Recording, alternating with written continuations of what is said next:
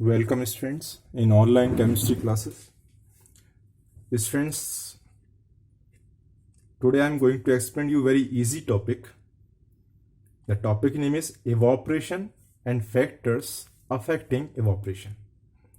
Evaporation क्या होता है और कौन कौन से फैक्टर्स हैं जो कि evaporation को इफेक्ट करते हैं. तो आइए स्टूडेंट स्टार्ट करते हैं. ध्यान से सुने आप.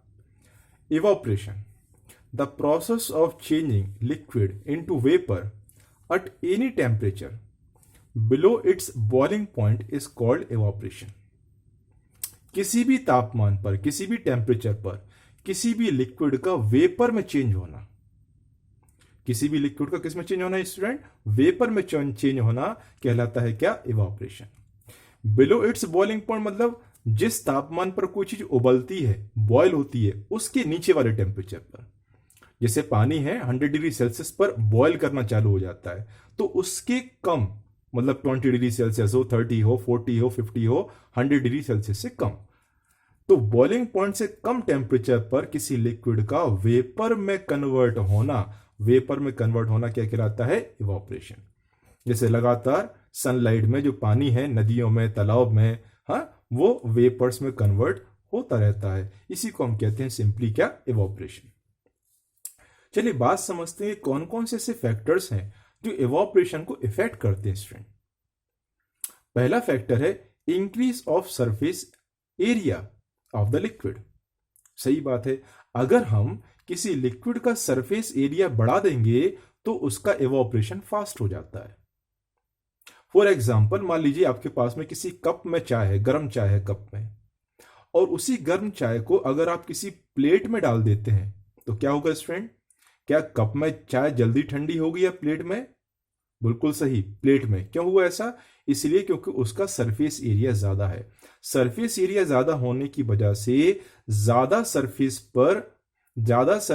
पर जो पार्टिकल्स हैं वो हवा के कांटेक्ट में आएंगे और इवापोरेट होंगे. सेकेंड फैक्टर से student increase of temperature. Temperature का बढ़ना. तो स्टूडेंट जितना हम टेम्परेचर बढ़ाते हैं, सभी को पता है, जितना हम तापमान को, टेम्परेचर को बढ़ाएंगे, तो जितना टेम्परेचर को बढ़ाएंगे उतने ही जो पार्टिकल्स हैं वो पार्टिकल्स की काइनेटिक एनर्जी बढ़ती है. जितना टेम्परेचर बढ़ता जाता है उतना ही किसी लिक्विड के पार्टिकल्स की क्या बढ़ जाती है स्टूडेंट? Kinetic energy. और वो दूर दूर मूव करने लगते हैं. ठीक, तो इस वजह से उसका जो वेपर में कन्वर्ट होने की रेट है वो भी बढ़ जाएगी. अगर आप किसी गीले कपड़े को घर के अंदर सुखाएं और दूसरे या फिर उस गीले कपड़े को सनलाइट में सुखाएं, सूरज की धूप में सुखाएं, तो कहां पर जल्दी सूखेगा? सनलाइट में. क्यों? क्योंकि वहां पर टेम्परेचर ज्यादा है. Third factor is decrease in humidity. Humidity मतलब क्या होता है स्टूडेंट? अगर हवा में नमी है मतलब अगर हवा में कुछ वाटर वेपर्स, पानी के पार्टिकल्स प्रेजेंट हैं, तो उसको हम कहते हैं ह्यूमिडिटी.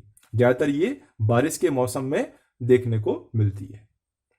तो जितना ह्यूमिडिटी कम होगी स्टूडेंट उतना ही इवापोरेशन ज्यादा होता है. Rate of evaporation increases with decrease in humidity. Humidity जितना कम होगी उतना ही इवापोरेशन ज्यादा होगा. जैसे कि अगर आपने देखा हो जो कपड़े हैं, गीले कपड़े, वो बारिश के मौसम में अगर आप घर में डालते हैं तब जल्दी सूखते हैं या गर्मी के मौसम में जल्दी सूखते हैं? गीले कपड़े बारिश के मौसम में जल्दी सूखते हैं या गर्मी के मौसम में? बिल्कुल सही, गर्मी के मौसम में. इसलिए क्योंकि गर्मी के मौसम में, समर सीजन में ह्यूमिडिटी कम होती है. Last factor student increase of wind speed. हवा की स्पीड का बढ़ना. तो स्टूडेंट्स क्या होता है? जितना विंड स्पीड तेज होगी, जितना हवा की गति ज्यादा होगी, हवा तेज होगी, उतना इवापोरेशन फास्ट हो जाता है. अगर आप किसी गर्म चाय को पंखे के नीचे रखें और अगर उसको पंखे से दूर रखें तो किस कंडीशन में चाय जल्दी ठंडी होगी? जब वो पंखे के नीचे है. ऐसे अगर आप किसी कपड़े को सुखाना चाहते हैं तो उसको अगर आप फैन के नीचे डालोगे तो जल्दी सूखेगा. इसलिए क्योंकि विंड की स्पीड बढ़ने से इवापोरेशन फास्ट हो जाता है. तो स्टूडेंट इस टॉपिक को बुक में से भी रीडिंग करना है. आप लोगों को ये टॉपिक समझ में आया होगा. अब इसके आगे नेक्स्ट टॉपिक मैं आपको नेक्स्ट वीडियो में एक्सप्लेन करने वाला हूं. That's all for today's chemistry class. Thank you for joining.